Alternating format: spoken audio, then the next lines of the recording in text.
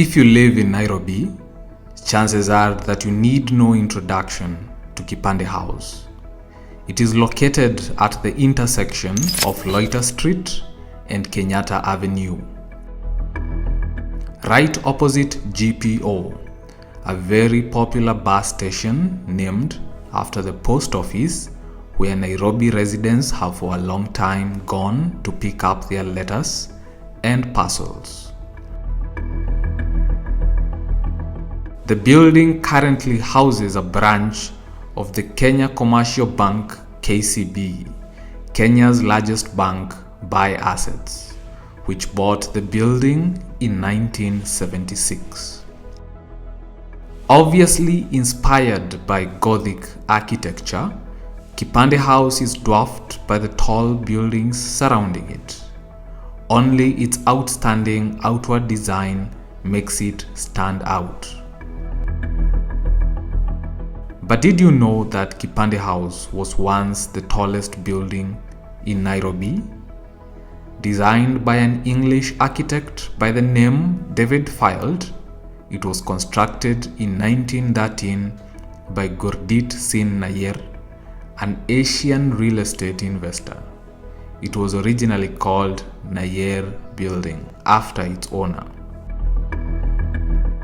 This iconic structure holds a special, if not a shameful place in Kenya's colonial history. Upon construction, it was subsequently rented by the Protectorate administration and was assigned to the precursor of the National Registration Bureau, the government agency responsible for the registration of all births and deaths.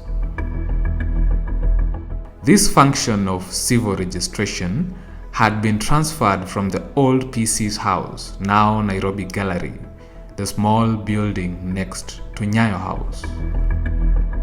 These two buildings became famous for hatches, matches, and dispatches, the colonial settler lexicon for the registration of births, marriages, and deaths.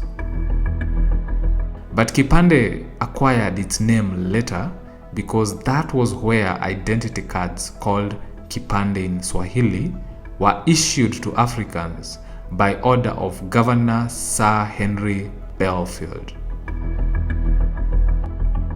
The Kipande was a colonial personal identification system that was introduced in order to force Africans to work. The Kipande, meaning big piece or chunk in Kiswahili, was far from just an ID card. It symbolized oppression. Made of copper with a metal chain for hanging around the neck, it was a lockable container in which identification details were inserted and locked in to protect them from wear and tear and elements of the weather. It resembled a cowbell. Africans who were illiterate were forced to wear it around their necks. White colonial administrators and settlers could stop the Africans at any time and open the Kipande to read their identification papers. The Kipande was therefore used to track down the movement and employment of the native Africans. Hanging from the neck, it was very degrading, allowing constant surveillance by colonial authorities. Africans without a Kipande faced arrests and harassment, robbing them of their freedom. This system became one of the key grievances that led to the Mau Mau uprising in the 1950s. For many, the Kipande represented the injustices of the colonial rule, from forced labor to land seizures. The fight for independence was both a battle against physical oppression and the psychological trauma inflicted by colonial policies like the Kipande. Unfortunately, Kenya is always reluctant to memorialize its tortured history. Many historically significant buildings and sites have been destroyed willy-nilly, never to be seen by future generations. But the old building still stands strong, symbolizing both the oppression and struggles of the past and the resilience of Kenya's freedom fighters. It reminds us of how far we've come.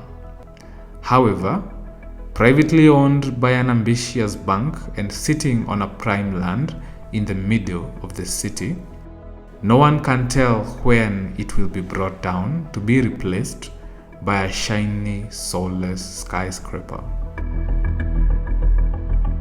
For more lessons, follow us in our channels: YouTube, Mau Mau Chronicles, website maumauchronicles.co.ke.